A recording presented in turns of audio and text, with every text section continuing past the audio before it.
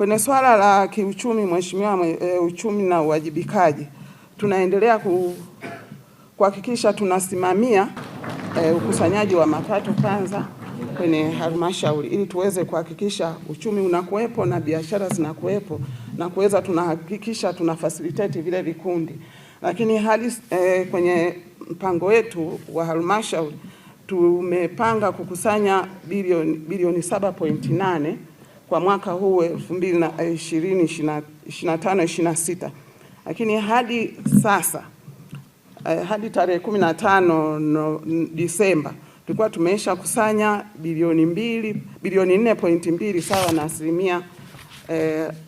sawa na asilimia 53 ya makusanyo, na hizi tutaendelea kuzipeleka kwa wananchi na kuendelea hizi zimetusaidia hata kujenga shule 5 kwa mapato ya ndani, 3 zikiwa za msingi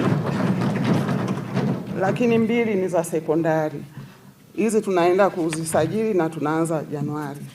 Lakini pia kwa mapato hayo sasa hivi tutaenda kutoa milioni 343 Januari.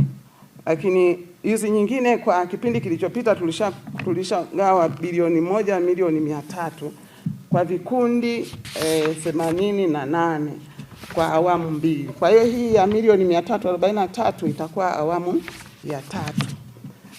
Hizi zote zitaweza kusaidia uwekezaji kwenye uchumi wa vikundi mbalimbali ambavyo Mheshimiwa Rais anasisitiza kwanza tuwawezeshe vijana, wanawake na watu wenye ulemavu. Katika eneo la kilimo, tungependa kuzikumbusha halmashauri zetu ambazo kilimo ndio shughuli kubwa ya kiuchumi katika hayo maeneo, kuhakikisha kwamba mnaendelea kubainisha mazao ya kibiashara yanayolimwa kwenye maeneo yenu na kuweka mikakati ya kuhakikisha mazao hayo yanalimwa kwa wingi, kwa tija na kwa ubora ili yaweze kukidhi mahitaji ya soko na kuchochea uchumi wa mkulima mmoja mmoja na jamii kwa ujumla.